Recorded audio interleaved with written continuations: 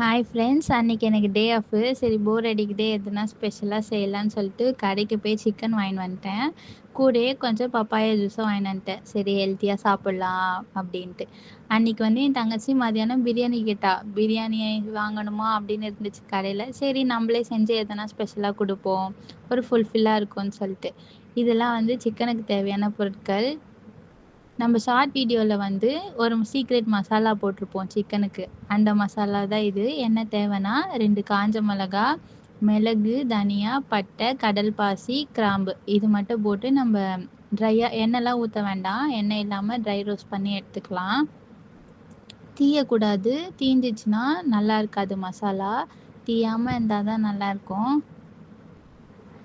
இப்போ ஆறுனதும் நம்ம அதை அரைச்சி எடுத்துக்கலாம் தனியாக. இப்போ வந்து சிக்கன்னால் நம்ம கொஞ்சம் நல்லெண்ணெய் யூஸ் பண்ணிக்கலாம்.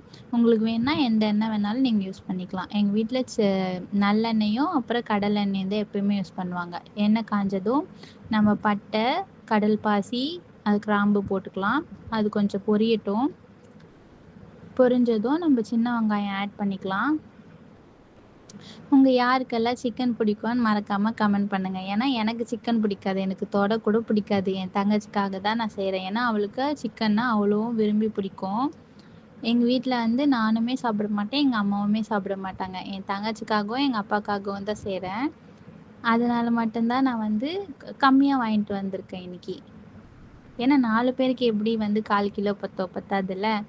அப்புறம் நம்ம பெரிய வெங்காயம் போட்டுக்கலாம். பெரிய வெங்காயம் வந்து இந்த மாதிரி கோல்டன் ப்ரௌன் ஆன பிறகு நீங்கள் கருவேப்பிலையோ தக்காளி ஆட் பண்ணிக்கலாம். ஏன்னா அப்போ தான் நமக்கு வந்து சிக்கன் கொஞ்சம் ஜூஸியாக கிடைக்கும்.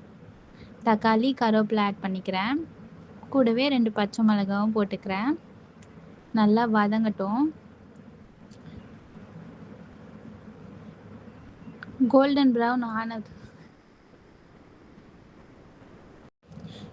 தக்காளி போட்டதும் உப்பு போட்டுக்கலாம். அப்போ தான் வந்து கொஞ்சம் சீக்கிரமாக தக்காளி வந்து வதங்கும் நமக்கு. உங்கள் ஏரியாலலாம் சிக்கன் என்ன ரேட் விற்கிதுன்னு சொல்லுங்கள். இங்கே 300 ரூபா விற்கிறாங்க கிலோ. அங்கெல்லாம் 300 ரூபாய்க்கு வாங்கினா 6 முட்டை ஃப்ரீ வேறு கொடுக்குறாங்க. உங்கள் ஊர்லலாம் எப்படி விற்கிறாங்கன்னு கமெண்ட் பண்ணுங்கள். தக்காளி வதங்கட்டும். அப்புறம் 1 ஸ்பூன் வந்து இஞ்சி பூண்டு பேஸ்ட் போட்டுக்கலாம். இஞ்சி பூண்டு பேஸ்ட் நம்ம கொஞ்சம் கம்மியாகவே ஆட் பண்ணிக்கலாம். ஏன்னா இது வந்து 1/4 கிலோ சிக்கன்றதுனால 1 ஸ்பூன் போதும். உங்களுக்கு தேவையான அளவுக்கு நீங்கள் போட்டுக்கோங்க. இது வந்து காஷ்மீரி சில்லி பவுட்ரு 1 ஸ்பூன் போதும். ஏன்னா நம்ம வந்து காஞ்ச மிளகா போட்டிருக்கோம், பச்சை மிளகா, மிளகுலாம் வேறு போட்டிருக்கோம். அதனால கொஞ்சம் காரம் இருக்கும். அதனால் நம்ம வந்து 1 ஸ்பூன் போட்டுக்கலாம். இதுதான் அந்த சீக்ரெட் மசாலா. நம்ம அரைச்ச பொடி இருக்குல்ல, அதை பொடி பண்ணி வச்சுருக்கேன். இது வந்து லைட்டாக ஒன்றும் பாதியமாக இருக்கட்டும், அப்போ தான் டேஸ்ட்டாக இருக்கும். மிளகும் நீங்கள் பார்த்து உங்கள் டேஸ்ட்டுக்கு ஏற்ற மாதிரி போட்டுக்கோங்க. நீங்கள் நிறைய காரம் சாப்பிடுவீங்கன்னா கொஞ்சம் எக்ஸ்ட்ரா கூட ஆட் பண்ணிக்கோங்க. எங்கள் வீட்டில் அவ்வளோ சாப்பிட மாட்டாங்க. அப்புறம் 3 ஸ்பூன் தயிர் ஊற்றிக்கலாம். தயிர் எதுக்குன்னா சிக்கன் வந்து ஜூஸியாக இருக்கும், ஓகேவா? அதனால தான். அப்புறம் புதினா போட்டுக்கலாம், கொஞ்சம் ஃப்ளேவர் என்ஹான்ஸ் பண்ணும். இதெல்லாம் போட்டு கொஞ்சம் மசாலா வந்து இந்த பச்சை வாசம் போகிற வரைக்கும் வதக்கட்டும். தயிர் போட்டால் தயிர் வந்து காரம் அதிகமாக இருந்தாலுமே கம்மி பண்ணி விட்டுரும். அதனால தான் நான் தயிர் ஆட் பண்ணியிருக்கேன். இந்த மாதிரி எண்ணெய் பிரிஞ்சு வரட்டும். வந்ததுக்கப்புறம் நம்ம இப்போ சிக்கன் ஆட் பண்ணலாம். சிக்கன் வந்து வாஷ் பண்ணி கழுவி வச்சுருக்கேன் மஞ்சத்தூள் போட்டு. ஏன்னா வந்து இந்த ஸ்மெல் வரக்கூடாதுன்னு. எனக்கு சிக்கன் தொடவே பிடிக்காது. ஆனால் வந்து என் தங்கச்சிக்காக நான் போடுறேன். அவள் தான் க்ளீன் பண்ணியெல்லாம் கொடுத்தா. சிக்கன் போட்டேன். இது வந்து நம்ம கொஞ்ச நேரம் ஒரு 20 மினிட்ஸ் தான் வேகணும் சிக்கன். அதுக்கு மேலெலாம் வேகக்கூடாது. வேந்தால் அப்புறம் ரப்பர் மாதிரி ஆகிடும். சிக்கன் போட்டேன். இப்போ கொஞ்சம் கலரலாம். நான் வந்து இப்போ தொக்கு மாதிரி தான் வைக்க போகிறேன். உங்களுக்கு வந்து குழம்பு மாதிரி வேணும்னா இந்த ஸ்டேஜ்லேயே நீங்கள் கொஞ்சம் வந்து கொஞ்சோண்டு வெங்காயம் தக்காளி அரைச்சி ஊற்றிட்டு, இல்லை தேங்காய் முந்திரி எதனா வேணாலும் அரைச்சி ஊற்றிக்கிட்டு, எங்கள் வீட்டில் அப்படி பிடிக்காது. அதனால நான் தொக்கு மாதிரி செய்கிறேன்.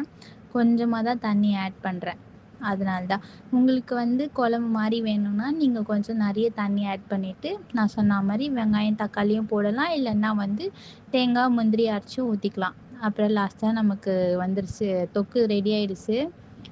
கொத்தமல்லி போட்டு இறக்கிடலாம். அவ்வளோதான், முடிஞ்சிருச்சு தொக்கு. பார்க்கவே எப்படி டெம்ப்டிங்காக இருக்கா? அன்றைக்கி நைட்டு எங்கள் வீட்டில் ரசம், முட்டை, தொக்கு வச்சு அன்றைக்கான டின்னர் முடிச்சிட்டோம்.